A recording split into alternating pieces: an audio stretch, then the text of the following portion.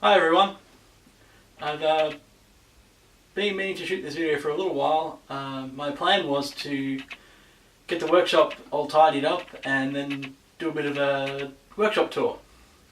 I haven't really had a lot of time to get everything in order, but did a quick run around just now and swept the floor and let's go. Okay, starting from where I was just standing, here is my very messy workbench with more mess down there and more mess up there. My workshop is a small space in the middle of my parents' workshop factory thing. They have a leather goods business, and which is sort of slowed down a bit now. They just mostly do shop, they don't do much manufacturing anymore, but you can see it goes quite a long way down into mess there and quite a bit over that way as well, and I've been slowly taking up more and more space. Okay, so we've got my workbench there. This is my lathe. It's a pretty crappy GMC. It was very cheap, used, and it came with a bunch of really crappy tools, but it works okay. I bought this chuck. I shouldn't have any trouble using that on another lathe when I eventually get around to buying one. I have it clamped to this bench because I've sort of borrowed this bench and the owner didn't want me to drill holes in it to bolt it down. This back area just tends to accumulate crap. I've got my Aldi brand miter saw. Works okay, but it's quite small. You can't, because it's not it doesn't slide, you can't cut much this way, and if you try and cut something big, you end up hitting the motor.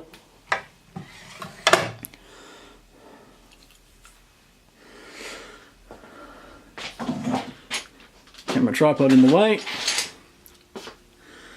Got a grinder that I used to sharpen the lathe tools, but it's getting replaced very soon. It's got these crappy grey wheels on there. Not very good. So I've got a new grinder on the way, which is a 8-inch 200mm wheel grinder with the aluminium oxide white wheels, which is much better for sharpening. And I've also just received my one-way Wolverine sharpening jig set, so we'll get that set up soon too. Sitting on this rough stand, which actually came with my little bandsaw, which I'll get to in a minute. Over in the corner I've got, these are all these screws and bolts and rubber tires and things I've bought for my upcoming bandsaw project. I bought the plans from Matthias, and I'll be building his wooden bandsaw. So hopefully we'll have some more on that. Sink, cupboards. Here is my tiny bandsaw.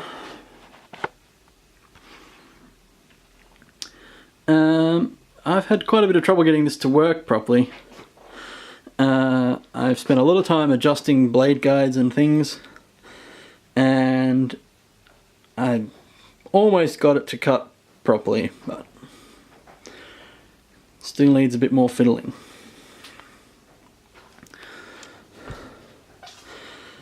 Got a router table here with a bunch of wood stacked on top of it. It's just a real cheap one.